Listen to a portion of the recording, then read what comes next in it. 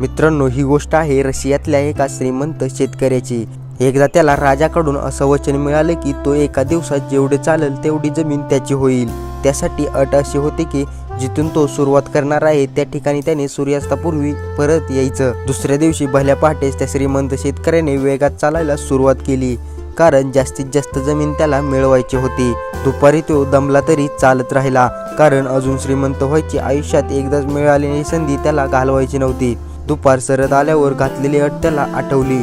जिथून सुरुवात केली तिथं सूर्यास्तापूर्वी त्याला परत जायचं होतं। जास्तीत जास्त जमीन मिळवायच्या लोभामुळे तो आता खूप दूर आला होता। त्यानं आता परतीचा प्रवास सुरू केला आणि त्याचं लक्ष सूर्यास्ताकडे होतं। सूर्यास्त जवळ येऊ लागला तसा तो अधिक जोरात पळू लागला।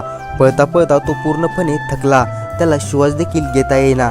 तरीही तो सर्व शक्तिपणाला लावून पळत राहिला आणि सुरुवातीच्या ठिकाणी येऊन पोहोचला, पण तिथेच तो खाली पडला आणि मरण पावला। तो सूर्यास्तापूर्वी मूळ जागी तर पोहोचला। राजाने त्याला सर्व जमीन दिली, पण शेवटी त्याला पुरण्यात आलं। त्यासाठी त्याला फक्त 6 ते 7 फूट जागा लागली।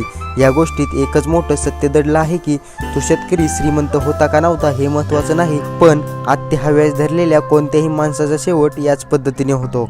तर मित्रांनो, ह्या व्हिडिओविषयी तुमचे मत काय आहे हे मला कॉमेंट्स बॉक्समध्ये नक्की सांगा। धन्यवाद।